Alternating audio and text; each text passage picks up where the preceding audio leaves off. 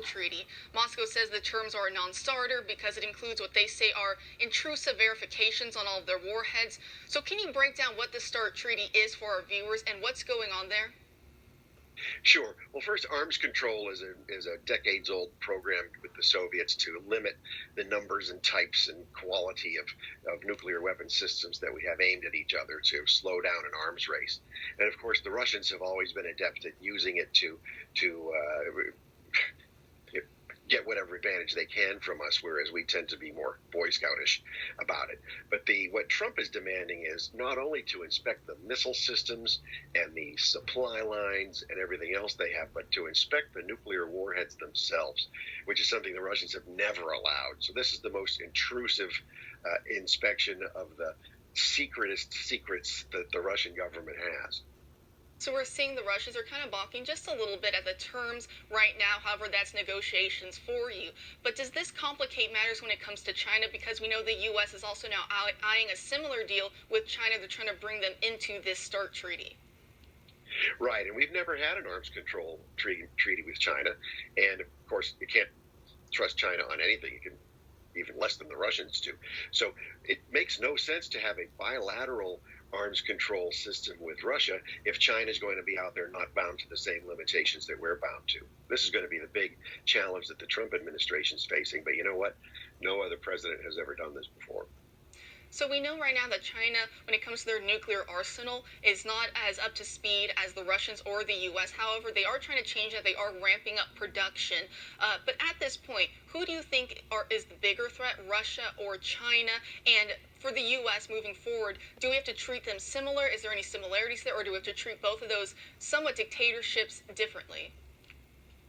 They need to be treated differently because at least Russia still has a culture of diplomacy and strategic planning that does include arms control in it. And they do abide by some rules of the road. It's just that they break the rules so often we have to have an unusual verification. The thing is, though, with China, it's just a wild card. We have no idea what they're going to be doing and how they're going to behave, except we can be guaranteed that they're going to cheat. The thing is, the biggest threat right now in terms of the quality and the size of a nuclear arsenal is certainly Russia.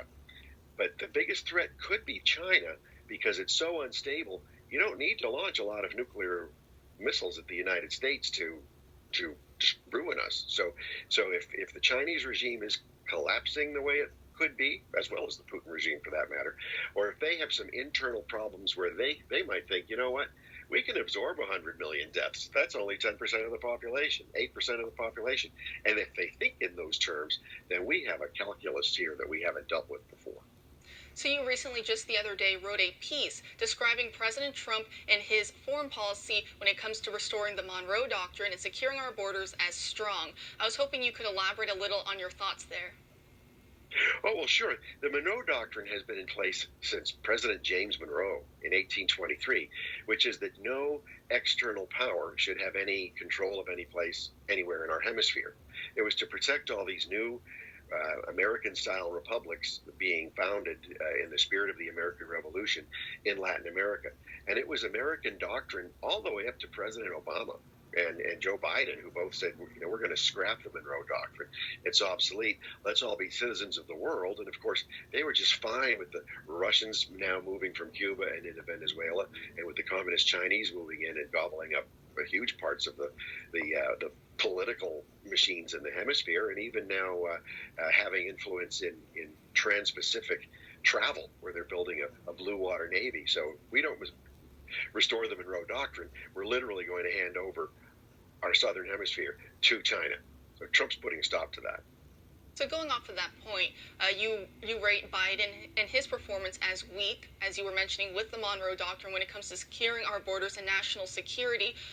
Looking forward to the future, in case if we have to brace for a Biden presidency, what would you fear our foreign policy would look like in regards to China and regards to Russia? Well, a vote for Joe Biden is a vote for the Chinese Communist Party.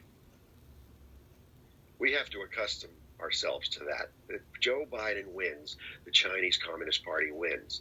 That means Xi Jinping and the Chinese regime are going to be all over us everywhere in the world. They're going to make sure that we never become sovereign in strategic minerals. The president signed an executive order yesterday to make sure we become sovereign in all these critical minerals for electronics and technology. Right now, we're dependent on China. Biden would keep it that way if he could. It means Chinese further penetration into the American hemisphere, into taking over international institutions the way it has. So a vote for Joe Biden is really a vote for Xi Jinping in China. Similarly, Putin in Russia needs to have a predictable American leadership that the Russians have mapped out by their personality profiles and all the personal and political dynamics about them.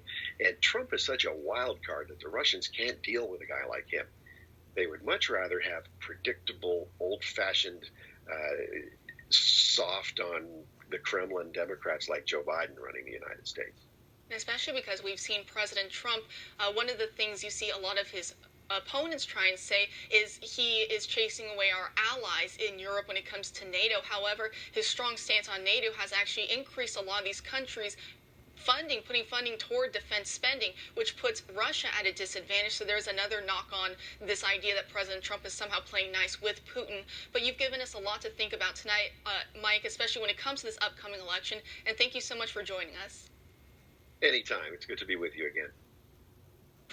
And when we come back, one final point about the American flag and why you should never be ashamed to have pride in it. Next.